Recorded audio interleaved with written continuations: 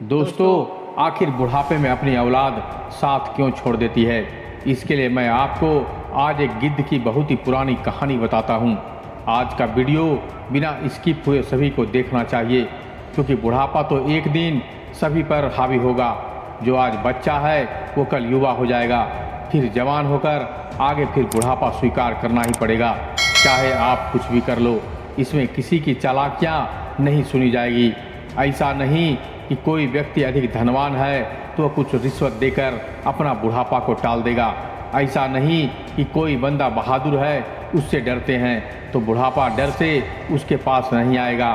चाहे कोई ज्ञानी हो, धनी हो, बलशाली हो, सबके सारे काबिलियत धरे के धरे रह जाएंगे जब बुढ़ापा आपके ऊपर आएगा।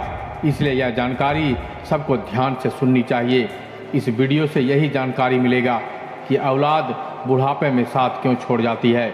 इस बात को समझने के लिए इस वीडियो को ध्यानपूर्वक अंत तक सुनना पड़ेगा, तभी सही जानकारी प्राप्त होगी।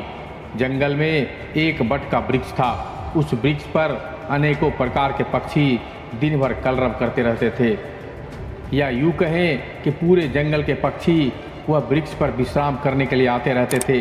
कुछ पक्षियों का तो वह अस्थायी निवास स्थल था। उस वृक्ष पर रहकर पक्षी अपार आनंद की अनुभूति प्राप्त करते थे।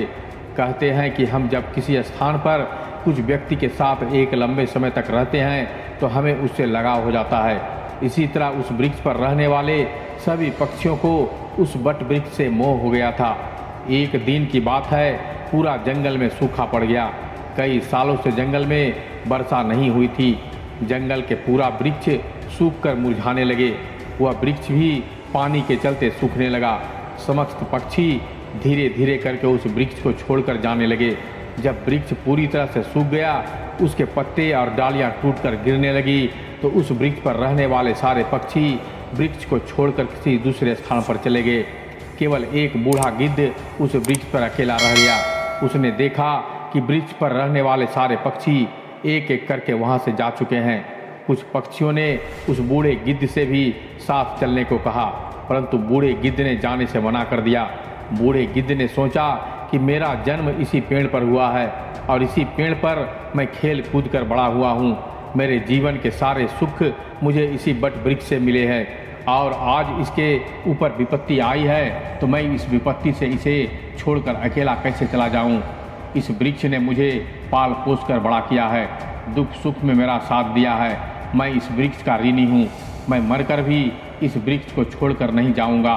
वे लोग बड़े खुदगर्ज होते हैं जो अपने माँ बाप को बुढ़ापे में छोड़कर चले जाते हैं या परदेश में रहकर सुखपूर्वक जीवन यापन करते हैं। घर पर अपने वृद्ध जनों को भूल जाते हैं। ऐसी संतान के लिए धिक्कार है जो अपने माता पिता के बुढ़ापे का सहारा नहीं बनते।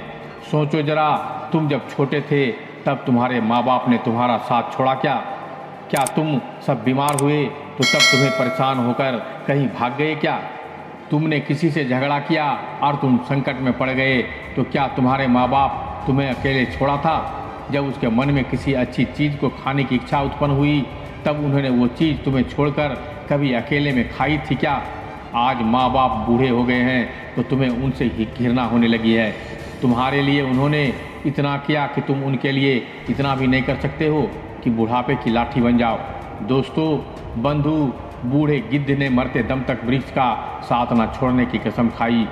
कुछ दिन और बीत जाने के बाद वृक्ष बिल्कुल जर्जर सा हो गया। उसे दीमक भी खाने लगे, लेकिन बूढ़ा गिद्ध फिर भी उसे छोड़ने का मन नहीं बनाया। दिन में थोड़ा इधर उधर घूम फिर कर आता और अपना भोजन जुटा लेता, और शाम होने पर उसी सूखे वृक्ष पर आकर रात गुजारता था। इसी तरह से कई दिन बीत गए।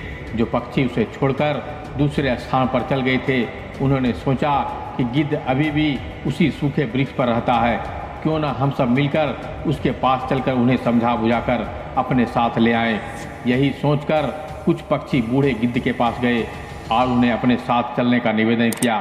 कहने लगे, गिद्ध काका, तुम कहाँ इस वृक्ष सूखे पर बैठे रहते हो? इस वृक्ष का जीवन खतरे में है। मरे के साथ मरना कहाँ की समझदारी है? कहते हैं वही जीव श्रेष्ठ है जिसमें धर्म की हानि ना हो। वही देश श्रेष्ठ है जहाँ कुटुंब का पालन हो। ये वृक्ष बिल्कुल जर्जर स्थिति में हो गया है। दीमक उसे रात दिन खाई जा रही है। किसी दिन हवा की तेज झोंके के साथ ये गिर जाएगा, फिर आप जाइएगा कहाँ। विद्वान लोग कहते हैं कि शत्रु, कर्जा, अग्नि, बीमारी, इन चारों को समय रहते इसका उपाय कर लेनी चाहिए। जो इनसे अपना समाधान नहीं करता वे बेमौत मारा जाता है। ठीक उसी प्रकार तुम्हें भी इस वृक्ष को छोड़कर किसी दूसरे स्थान पर अपना निवास बना लेना चाहिए। दोस्तों, समस्त पक्षियों के समझाने पर भी गिद्ध उस वृक्ष को छोड़कर जाने के लिए तैयार नहीं हुआ। कहने लगा कि भाइयों, यह वृक्ष मेरे लिए माँ बाप के समान है। मेरे माता पिता मुझे जन्म देकर इसी वृक्ष पर मुझे छोड़कर चले गए थे। उनके जाने के बाद मैं इसी वृक्ष पर खेल कूद कर बड़ा हुआ हूँ। जीवन के सारे सुख मैंने इसी वृक्ष पर पाए हैं। मैंने बचपन से लेकर बुढ़ापे तक का सफ़र मैंने इसी वृक्ष पर किया हूँ। अब मैं इसी मुश्किल घड़ी में कैसे छोड़ सकता हूँ? कैसे उनका साथ छोड़कर दूसरे जगह चला जाऊँ? ये मेरी सबसे बड़ी खुदगर्जी होगी।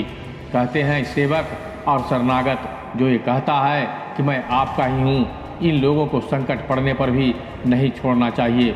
जो इन्हें संकट में छोड़कर जाता है उन्हें बहुत बड़ा पाप लगता है। और जिसने अपना पालन पोषण किया हो, सुख दुख में साथ ना छोड़ा हो, ऐसे माता पिता को छोड़कर जाता है कोई, जब वो जघन्य अपराध का भागी होता है। उन संतानों को कभी भी मनुष्य का जन्म नहीं मिलता। गिद्ध ने कहा कि मैं अपनी मृत्यु तक ये वृक्ष छोड़कर नहीं जाऊंगा। आप लोग कृपया करके मुझे छोड़कर यहाँ से जाइए। बूढ़े गिद्ध की बात सुनकर सारे पक्षी निराश हो गए। वो लौटकर वापस चले जाते हैं। कुछ तो कुछ कहने लगे कि भैया, इस बूढ़े गिद्ध के साथ साथ इसकी बुद्धि भी भ्रष्ट हो गई है, इसलिए हम सबों का समझाना उसे अच्छा नहीं लगा। अगले दिन कुछ पक्षी उसे फिर समझाने के लिए आए, लेकिन जाने से वो बूढ़ा गिद्ध फिर मना कर दिया। इस बार सारे पक्षी लौटकर वापस घर नहीं गए। वे लोग सीधे इंद्रदेव के पास पहुँचे और उसे अपनी सारी दुविधा बताए और बोले कि हे भगवान, हम जिस वन में रहते हैं वहाँ कई वर्षों से वर्षा नहीं हुआ है। पूरा जंगल पानी के बगैर सूख चुका है। पेड़ पौधे सब कुछ सूख चुके हैं। जंगल के सभी जीव जंतु जंगल छोड़कर किसी दूसरे स्थान पर चले गए हैं। पर दुख की बात तो यह है कि जिस वन में हम लोग रहते हैं उस वन में एक बट वृक्ष पर एक बूढ़ा गिद्ध भी रहता था। हम लोग तो चले आए, पर वो गिद्ध उस वृक्ष को छोड़कर कहीं नहीं जाना चाहते हैं। वृक्ष सूखकर काफ़ी जर्जर हो चुका है। वो वृक्ष कभी भी गिर सकता है। हम सारे पक्षी मिलकर समझाने गए थे, पर वो बूढ़ा गिद्ध उस वृक्ष को छोड़कर जाने के लिए तैयार नहीं हुए। वो कह रहे थे कि मरते दम तक मैं इस वृक्ष का साथ नहीं छोड़ूंगा। इसलिए भगवान, आप स्वयं चलकर उन्हें समझाने की कोशिश कीजिए, शायद वो आपका कहना मान जाए। दोस्तों, पक्षियों के निवेदन को इंद्र ने स्वीकार कर लिया और इंद्रदेव उन पक्षियों के साथ उस जंगल में जाकर उस बूढ़े गिद्ध को समझाने लगते हैं कि गिद्धराज, मैं देवराज इंद्र हूँ, तुम्हें समझाने आया हूँ कि ये वृक्ष बहुत ही पुराना है और जर्जर स्थिति में पहुँच चुका है। इसकी डालियाँ सूख चुकी है, छाया के लिए एक भी पत्ता तक नहीं बचा है और आप भी बहुत बूढ़े हो चुके हो। किसी दिन यह वृक्ष गिर गया तो आपकी मृत्यु हो सकती है। इसलिए इस वृक्ष को छोड़कर किसी सुरक्षित स्थान पर चले जाएं। दोस्तों, इंद्र की बात सुनकर बूढ़ा गिद्ध कहने लगा कि हे भगवान, एक बात बताइए, जब मेरा जन्म हुआ था तो मेरे माता पिता मुझे इसी वृक्ष पर छोड़कर स्वर्ग सिधार गए। मैं जब छोटा था तो इसी वृक्ष ने पाल पोस कर मुझे बड़ा किया। मैं इस पर खेला कूदा हूँ, इसी पर हम सारे सुख चैन का जीवन गुजारा हूँ। इस वृक्ष पर रहते रहते अब मैं बूढ़ा हो चुका हूँ। मेरा पूरा जीवन इसी वृक्ष की छाँव में बीता है। आज जब इस वृक्ष पर विपत्ति आ गई है तो क्या मैं उसे छोड़कर चला जाऊँ? अक्सर लोग यही कहते हैं कि विपत्ति आने पर और गरीबी में अपनों का साथ छोड़कर चले जाते हैं। मैं उन मतलबी लोगों में नहीं हूँ। मैं मरते दम तक, आखिरी सांस तक अपने माता पिता के तुल्य इस वृक्ष का साथ निभाऊंगा।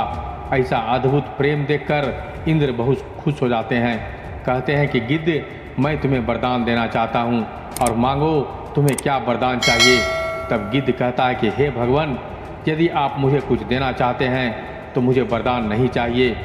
इस बरगद को वरदान दे दीजिए कि यह वृक्ष पुनः हरा भरा हो जाए, इसकी आयु बढ़ जाए। मैं तो वैसे भी बूढ़ा हो चुका हूँ, थोड़े बहुत दिन का जीवन शेष बचा है। मेरे बाद इस वृक्ष की छाया में हजारों पक्षी सुखी रहेंगे, सबों का भला होगा तो मुझे भी खुशी होगी। गिद्ध की बात सुनकर इंद्र भगवान ने उस वृक्ष को फिर से हरा भरा बना दिया, पूरे जंगल में पानी बरसा दिया। सारे जंगल के वृक्ष फिर से हरे भरे हो गए, चारों तरफ हरियाली ही छा गई।